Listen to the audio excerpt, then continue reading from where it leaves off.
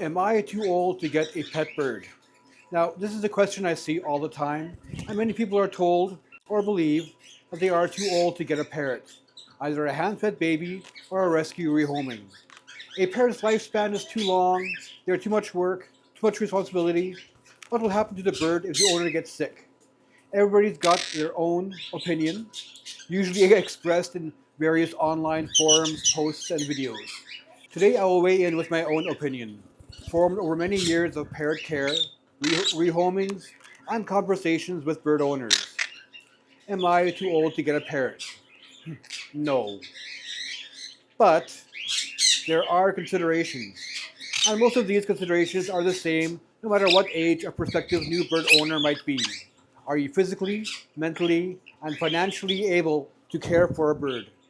Do you have enough time to spend with them, to bond with a new friend, to play and have fun together, to be companions with? Is there a plan in place if something should happen? Someone ready to take care of the birds until you are able to again. A place for them to go if the unthinkable does happen. These are the topics that must be considered that I will go into briefly here. Now, I have no problem placing my birds with people in their 50s, 60s, 70s, 80s, or 90s, as long as they are physically able to care for the birds, to feed them every day, and make sure their cages are clean, that they have the energy to interact with them and to keep them company, to keep track of their health, diet, and happiness. If a person is still able to take care of themselves, they will likely be able to take care of a bird without too much worry. They are easier to care for than a dog or a cat, at least the small to medium-sized parrots, such as budgies, cockatiels, and even the conures that I work with here. I should know, I've always had dogs, cats, and birds.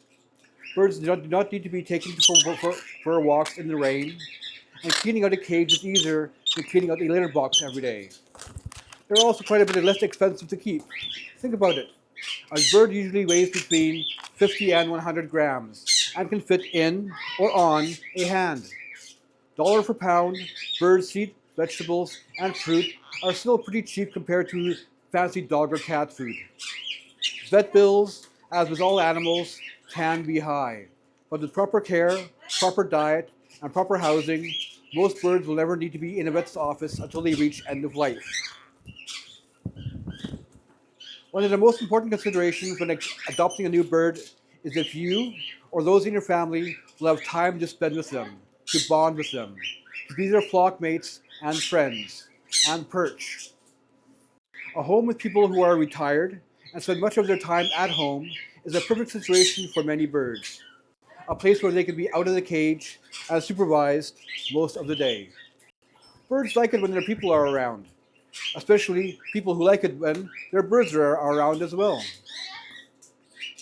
But there must be a plan in place for those occasions when their people might not be able to be around, either from illness or injury, planned events, or emergencies. A family member, a friend, or a neighbor who can come over and make sure that their birds have food and water. There has to be a plan in place. This goes for every bird owner. In fact, for every pet owner. There has to be someone who can be contacted, who knows what animals are present, and knows the basics of their care, where everything is, what to do, and how to do it. And then there has to be a backup, just in case that person is unable to help right away. I myself have been that backup numerous times. I do offer bird boarding services here and can take in boarders on very short notice, and have offered compassion rates or free boarding in certain circumstances. And sad to say, I've also taken in numerous surrenders of wonderful birds when their owners have passed away. It is just a fact of life, especially when dealing with the larger, more challenging birds such as Amazons and cockatoos that can live to be 80 plus years old. I am always willing to be part of somebody's plan. But there must be a plan in place, updated frequently and with the right people, several if possible. This is especially critical if a person lives alone, just them and their critters, like I do. The last thing we want as pet owners is for something to happen to us and no one else knows about it. Nobody's around to feed and water our pets, and the situation is not discovered until it is too late. Even as unlikely as this situation is, it is something that people living alone must think about. This is why I have a check-in app on my smartphone. I open the app every day and check in to ensure that everything is all right. If I do not check in by a certain time, notifications go out to some good people who will try to contact me to make sure that I and all my critters are okay. If there is no response, a wellness check can be called in, neighbors can be called, family notified. Now, there are many free check-in apps to choose from. A good idea for anyone living alone. Birds are a great pet for people of any age and can offer many benefits for both physical and mental health. For empty nesters and seniors, being of a certain age should not mean that you shouldn't be happy.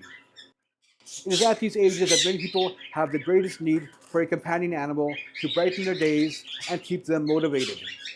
Having another living creature to care for, to share your life, to be your companion, can make a huge difference.